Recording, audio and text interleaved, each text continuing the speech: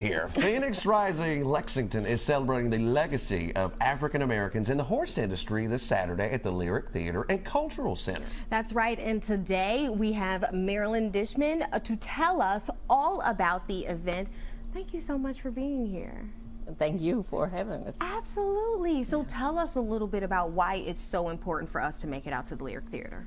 Well, for one, most people, not just here, but nationwide, don't know that African Americans are the backbone of the horse industry. We started out even as slaves, riding the horses, training the horses. Every now and then, one or two might own the horse that they raced and so forth. So it's important that our heritage and our history be known, you know, especially sometimes when people fight back on it and you learn the wrong things, you know, attribute the beginnings to the wrong people and so forth. Plus, I think it's very interesting learning about people that you might have heard the names, or some of them you haven't heard the names. Like, everybody knows about Isaac Murphy, but who knows about Jimmy Wingfield? And he was from here. Wow. You know? And we still have some of his descendants. His, I want to say granddaughter, lives in Cincinnati, or daughter lives in Cincinnati. And I know a cousin of his from Versailles and stuff.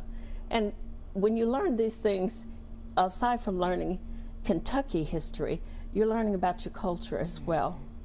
And the sacrifices they made, I don't know if you know too much about horse racing, it's dangerous, very dangerous. But at the same time, it's exciting for the people who are betting on it, you know. I'm too stingy to do that. Right. I bet in my head. Okay. Yeah. And you're a winner up here all the time. Every single time. Always.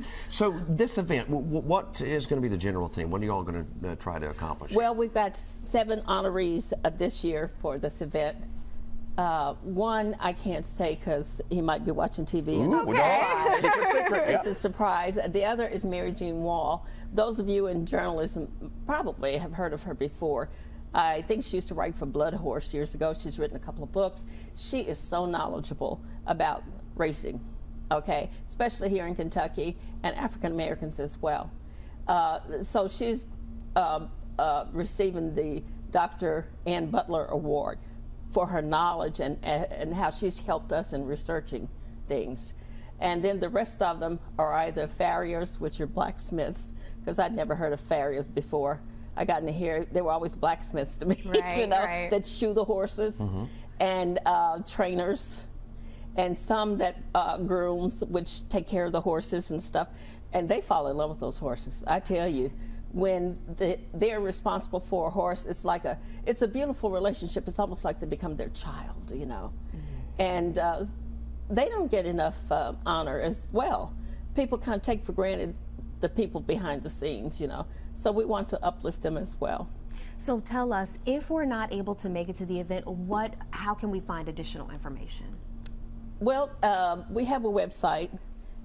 You can get a lot from phoenixrisinglex.com, .inc, whatever. Yeah, you're fine. I know how to get to it, that's about it.